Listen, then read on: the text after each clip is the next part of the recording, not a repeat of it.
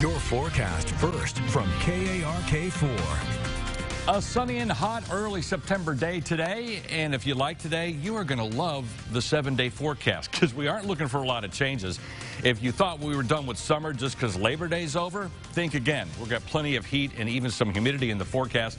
We do, however, have a cold front. You really can't see it because there's no moisture, but it's moving through the northeast United States and moving into northern Arkansas. It's going to shave a degree or two off of tomorrow's highs. But overall, not much impact. So not quite as hot tomorrow under sunny skies. We're going to top it out in the low to mid-90s. KARK4 News at 10 starts right now. Now, from the station you count on for local news that matters, this is KARK4 News. Mr. Chairman, I move that in the matter of Charles Starks versus the City of Little Rock, that we uphold the city's determination to terminate the employment of Officer Starks. You heard it right there. Unanimous decision late tonight. The Civil Service Commission upholding the decision to fire Little Rock police officer after a fatal shooting. Thanks for joining us at 10. I'm Bob Clausen. And I'm Ashley Ketz. Former officer Charles Starks was fired earlier this year after the city says he walked in front of a moving car, which is against policy. Bradley Blackshire, who was driving the car, was shot and killed by Starks. The former officer has been cleared criminally of any wrongdoing, but the department decided to fire him on a policy violation. KARK4's Mitch McCoy has been at the hearing since 8 this morning, joining us now with the very latest on this. Mitch. Yeah, hello. The biggest witness of the day coming from the city, and a witness for them, that's Assistant Chief Wayne Bewley. Bewley was the acting chief of police when the February shooting happened. He testified saying the mayor's office asked him about firing Starks, but testified that he believed it was because the mayor was new to the job and it was a learning curve for the mayor. He says while the case was rushed, he approved overtime and ordered all hands on deck to make sure the case was thoroughly completed. The city has argued that Starks did not follow policy while conducting a felony traffic stop. Here's what the internal affairs investigator testified to earlier today. He moved in front of a car, which brought 2 deadly force issues into the equation. The guy may have a gun, turned out he did. The guy may hit him with a car, turned out he did. Starks previously testified he was in fear of his life, and the car Bradley Blackshire was driving paused briefly, and that is when he tried going back to his patrol car. But as we know now, the car Blackshire was in started moving, and that is when some of those fatal shots were fired. Starks has been criminally cleared by the Pulaski County Prosecutor's Office for any criminal wrongdoing. I'm told by lawyers for former Officer Charles Starks that they will appeal the civil service decision to Pulaski County Circuit Court. We're at City Hall. Mitch McCoy, back to you. Now to developing news out of White County, where a couple accused of shooting a man and stealing his car are behind bars tonight. The White County Sheriff's Office says it happened along Old Kensett Road this morning. KRK's Rochelle Turner's been following the story all day long. She joins us live from the Sheriff's Office with the latest. Rochelle? Well, Ashley, Bob, good evening to you. That stolen car and the suspects, 24-year-old Jack Brown and 21-year-old Carissa Miller, are facing several charges here at the White County Sheriff's Detention Center. Today, I spoke to several people in the small town of Kensett. They tell me that it's always quiet. They haven't heard anything in the past few years, anything bad happening. So today, they were certainly shocked to hear what had happened. Now, the White County Sheriff's Office says it happened around 9 this morning. The Sheriff's Office has now identified the victim as 37-year-old Jeffrey Burton of Heber Springs. Officials say Burton picked up Carissa and Miller on Old Kensett Road. Burton went on to tell authorities that Brown shot him in the head and they took his car.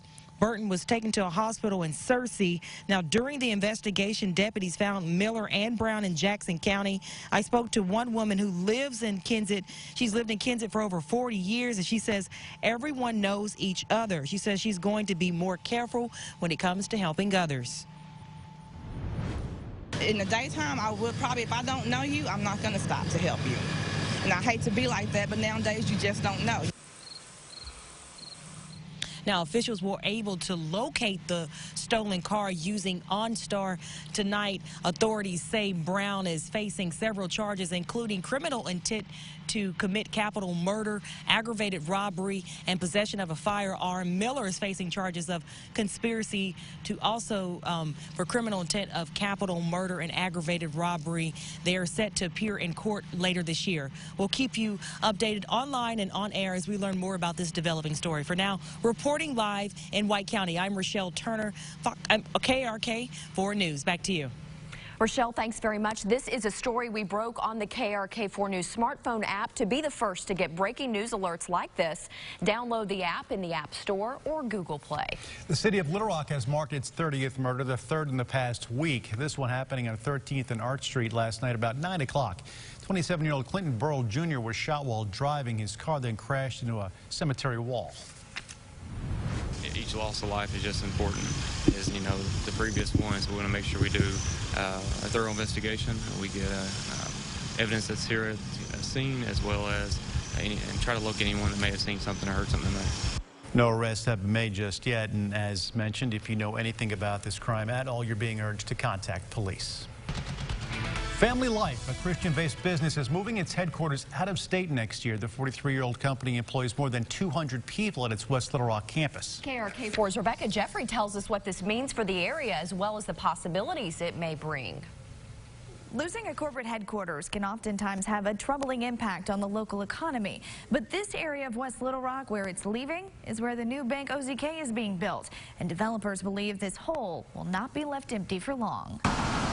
Nestled behind Cantrell, the headquarters Family Life has called home for years will soon be moving. This is a very rare find. Ed Willis developed this area of West Little Rock called The Ranch, home to businesses, Pinnacle Valley Middle School and Family Life for now. They recently announced plans to move to Orlando next year to the Crew headquarters, originally known as Campus Crusade for Christ. They said in a statement, what started as marriage and family training for Crew staff members grew into an international ministry. The move will provide the space, technology, and global communications, the infrastructure, and the atmosphere to accelerate the effort to impact every home. We don't hope that that happens, but that growth happens, and we grow with it. Though about 200 people face employment questions, Willis says more jobs could be coming with the next company, since the building can fit up to 375 people. But anyone who's going to use that whole building will have at least 200 employees. And with more development in the works and interest in the building already spreading, Willis says this prime property will be just as prime for someone else. I think it's a great opportunity for someone.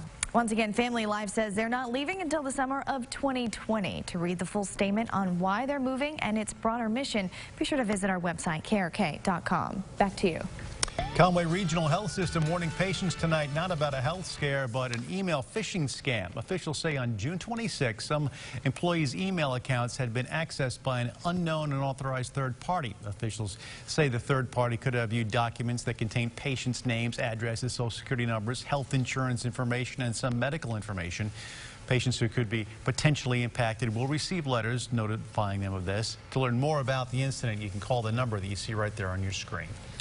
A brand new state-of-the-art computer lab at Arkansas Tech University will help students learn how to fight cyber threats. It's called a Dirty Lab, and this is its own system and network. Anything that happens inside won't affect any other networks and will never leave the room. Students can learn how to hack into other systems and basically be the bad guy. That way, if they know how to do it, they can learn how to stay one step ahead of malicious attacks. Any way I can protect the world and protect those that might not know about what can go on across the internet, any way I can do to protect those people would be awesome. Governor Asa Hutchinson appropriated the money to help create the lab and expand the cybersecurity major. The University of Arkansas System President Dr. Donald Bobbitt naming Christina Drayle as the acting chancellor of the University of Arkansas at Little Rock. Drayle has served as interim executive vice chancellor and provost of the campus since October 2018. Drayle will serve as the acting chancellor as Bobbitt considers a plan for the future leadership of the campus. After 3 years of serving, Dr. Andrew Rogerson resigned as chancellor of UA Little Rock.